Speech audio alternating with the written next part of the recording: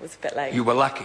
Yeah. I call the Honourable Member Jan Logie. Thank you, Mr. Speaker. And I'm just going to take a short call on this and again reinforce the Green Party's support for the electronic identity verification bill.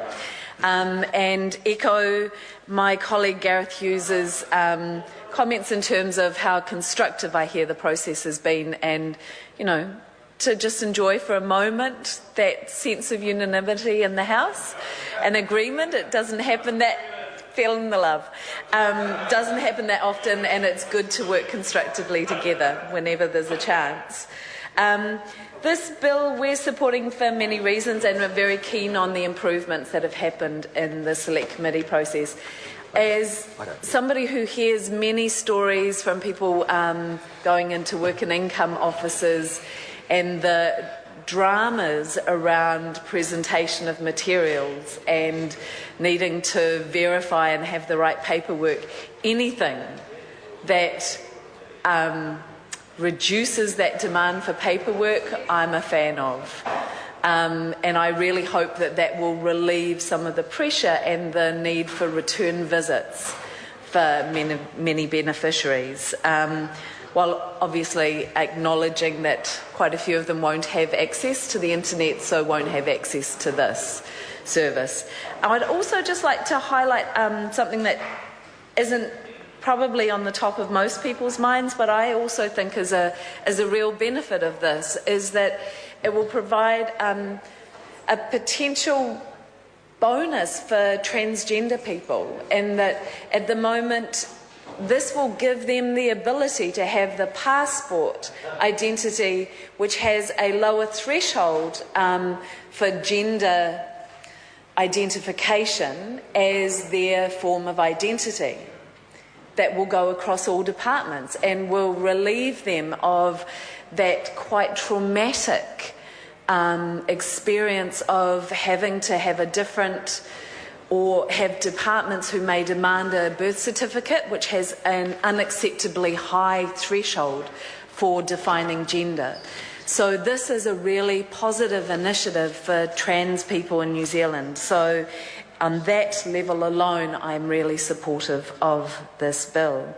And also, just to reiterate again the changes that are inherent in it, to increase fines for illegally accessing and using the information to $1 million for companies is a good thing. To require a search warrant for the access of information is a good thing.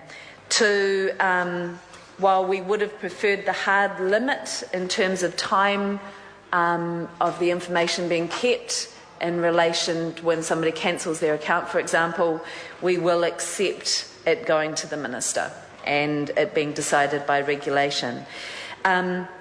We also are happy about the increased role for the Privacy Commissioner, but will definitely note my concern about the pressure on the Privacy Commissioner that we're seeing in a number of bills coming to this House that are requiring increased oversight by the Privacy Commissioner without the corresponding increased support for that very, very critical role.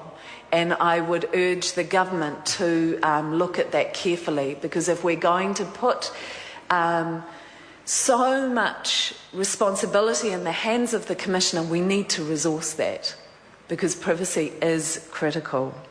And just also to reinforce that final message about this being an option, and it's a really positive option, and we also, it's not something to transplant the face-to-face interactions or to push everyone online when we know that not everyone can get online.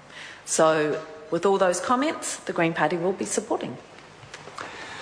Honourable Members, the question is that the motion be agreed to. Those of that opinion will please say aye. Contrary, no. The ayes have it. This bill... Electronic Identity Verification Bill, second reading. This bill is set down for committee stage next sitting day. Honourable Members, I call on Government Order of the Day